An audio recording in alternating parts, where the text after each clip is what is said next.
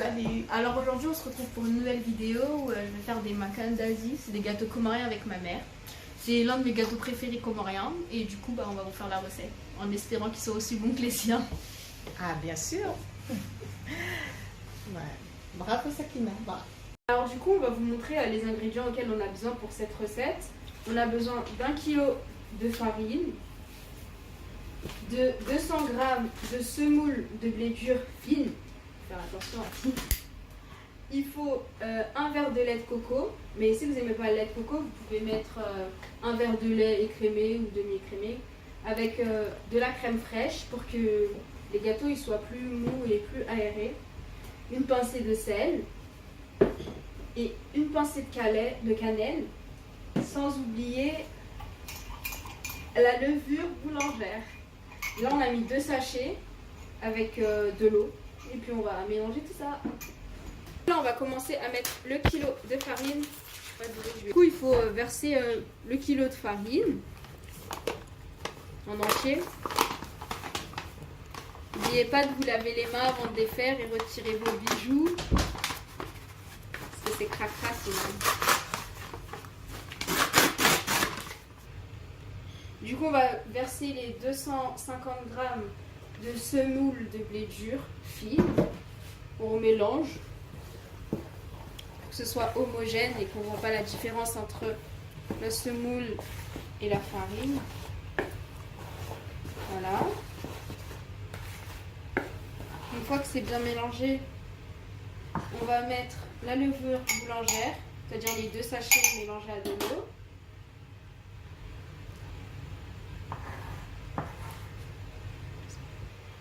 Ensuite, sur le creux de ma main, je vais mettre un peu de sel. Et je vais faire pareil avec la cannelle. Je prends une pincée. Hein. Voilà. Ensuite, je vais... Du coup, j'ai mis 30 centilitres de lait de coco que je vais verser là tout ça. Ensuite, je vais mettre plusieurs verres de lait pour que la pâte elle soit malléable, qu'on puisse la mélanger. Je vais mélanger pour voir si il est nécessaire que je rajoute. Après, le lait de coco, il faut vraiment en mettre qu'un seul verre. Hein. C'est le lait, vous pouvez en mettre autant de verres que vous voulez. Là, je vois que la pâte elle est pas bonne, que je peux pas la masser. Du coup, je vais remettre encore du lait.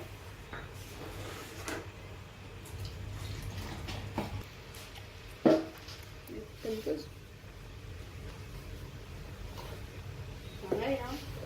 Du coup là je vois que même là ça va pas être bon. Il faudrait qu'on rajoute un dernier verre de lait je pense.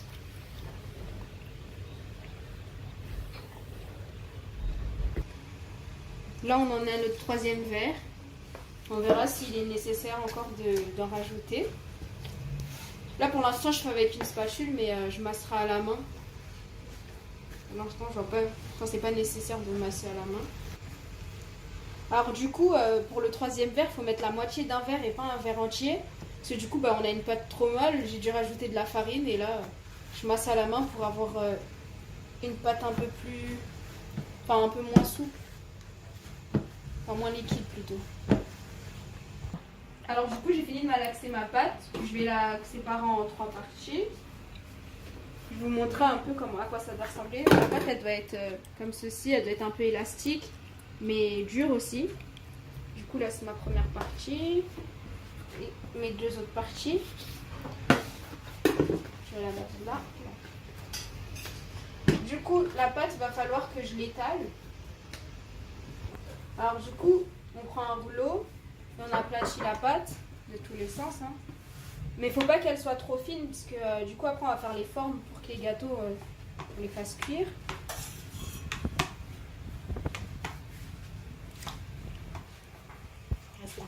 C'est bon. Du coup voilà, vous voyez à peu près l'épaisseur, c'est pas trop fin. Mais voilà. Du coup on coupe une tranche comme ça et ensuite on fait les formes comme ceci. C'est-à-dire que faut que ce soit un losange, mais celui-là il n'est pas trop beau. Ensuite on continue pareil. Là je les laisse comme ça.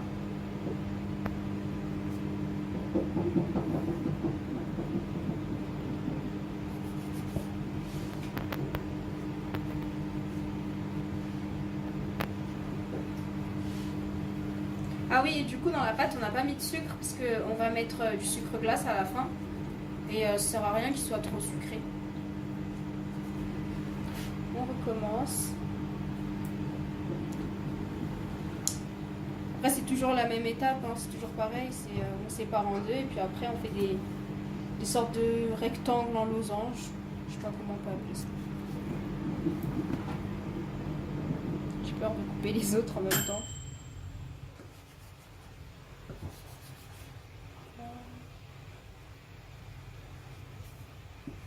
Il est trop maigre, je te coupe. C'est les autres. Hein. J'avais peur de défaire la pâte. J'aurais dû le faire depuis. Il faut que le rectangle soit joli aussi. Bah, c'est important. Ils sont pas beaux? Ouais, tu peux corriger les autres aussi. Celui-là, tu peux le corriger. Ceux-là? Le dernier là-bas. Lui? Ouais, tu peux Je coupe corriger. comme ça? Non, non, non. Voilà. Ouais. Je le mélange à l'autre pâte. Du coup, ça, pareil. L'autre pâte. En deux là?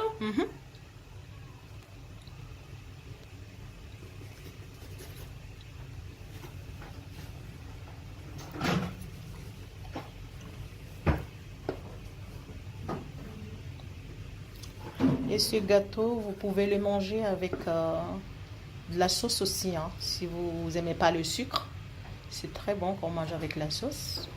Et aussi sucré. Toi, tu préfères quoi? Sucré. D'accord. Moi, Les avec deux. du Hein. Nutella, hein, c'est bon. Du coup, oula, je suis en train de faire un truc de bêtise. Mais il faut les laisser reposer 30 minutes, même plus. Hein, si on veut. Ouais, 30 minutes. Dès que tu vois c'est bien gonflé, c'est là que tu peux le faire cuire. Hein. Voilà. C'est bien. Tu prends un plateau, tu mets... Alors là, du coup, j'ai fini de faire mes formes. En attendant, je vais les laisser reposer pour qu'ils gonflent grâce à la levure. Et avant de les cuire, je vais faire du sucre glace qu'on mettra à la fin. Une fois que j'aurai fini le sucre glace, je les mettrai à chauffer. Alors du coup, on va faire du sucre glace. Et dans ce sucre glace, on va mettre 3 clous de girofle et 3 graines de cardamome verte. En fait, c'est les graines qu'on va prendre à l'intérieur, il faut enlever la peau. Du coup, ça ressemble à ça.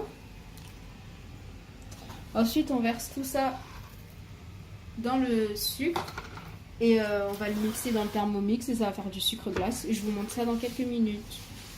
Du coup, là, on va attendre que le sucre est refroidi puisque le Thermomix, il est un peu chaud. Mais sinon, ça sent bon. Puis voilà à quoi il ressemble notre sucre glace fait maison. Il faut les mettre... Du coup, une fois qu'ils ont assez gonflé, il faut les mettre dans l'huile, mais il ne faut pas les laisser cramer. Enfin, il faut qu'ils deviennent un peu marron. De toute façon, vous le verrez à vous-même. Hein. Là, on attend quelques secondes avant de les retourner, puis après, je les sortirai. Tu manges pas? Je goûte. Alors, du coup, les rendus des gâteaux, il faut qu'ils soient comme ceci. Avant de les mettre dans la friteuse, enfin dans l'huile plutôt, faut attendre qu'ils aient gonflé. Et ensuite, on les sort, on attend que ça refroidisse avant de mettre le sucre glace, sinon le sucre il va fondre. Du coup, voilà, on a notre sucre glace fait maison et on saupoudre les gâteaux. Comme il n'y a pas de sucre dedans, vous pouvez en mettre autant que vous voulez.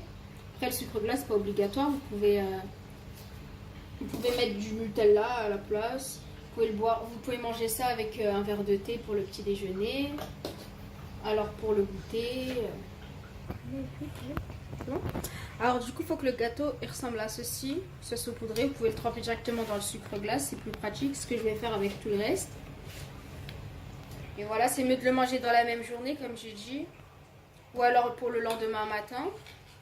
Mais il faut pas les garder trop longtemps. C'est pas des gâteaux qui se conservent bien. C'est mieux de les manger comme le même jour, c'est mieux. Hein. Ouais.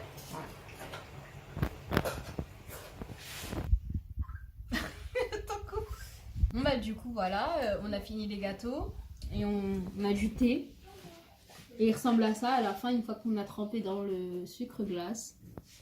Voilà, voilà. Attends, je vais en prendre un. Je vais montrer à quoi ça ressemble à l'intérieur. Ils sont comme ça, ils sont mous en même temps.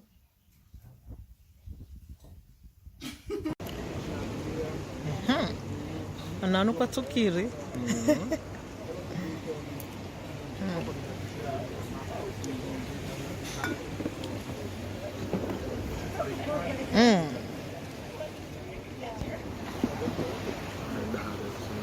bahari tunaona abantu